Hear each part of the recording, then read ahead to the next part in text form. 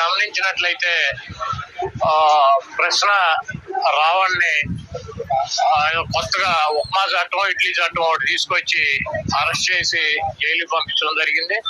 అతను మాట్లాడినటువంటి వ్యాఖ్యలు ఇప్పుడే కొత్తగా మాట్లాడినటువంటి వ్యాఖ్యలు కాదు.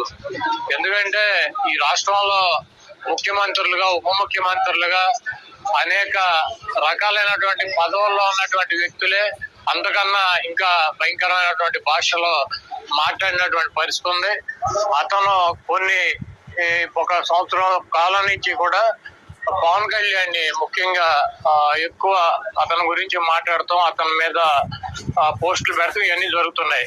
కాబట్టి ఒక కక్ష కట్టినటువంటి వాతావరణంలో మరి పవన్ కళ్యాణ్ పార్టీ సంబంధించినటువంటి పార్టీ జనసేన కేసులు పెడతాం, అతన్ని పోలీస్ స్టేషన్లకు 4 స్టేషన్లకు తిప్పటం, అక్కడ జనసేన శ్రేణులు దాడికి వెళ్ళటం, అయినా కూడా మరి మేజిస్ట్రేట్లు బెయిల్ ఇవ్వటం వల్ల కొత్తగా ఉప్మా చట్టం అని ఒకటి తీసుకొచ్చి అతను జైలుకి పంపించడం జరిగింది.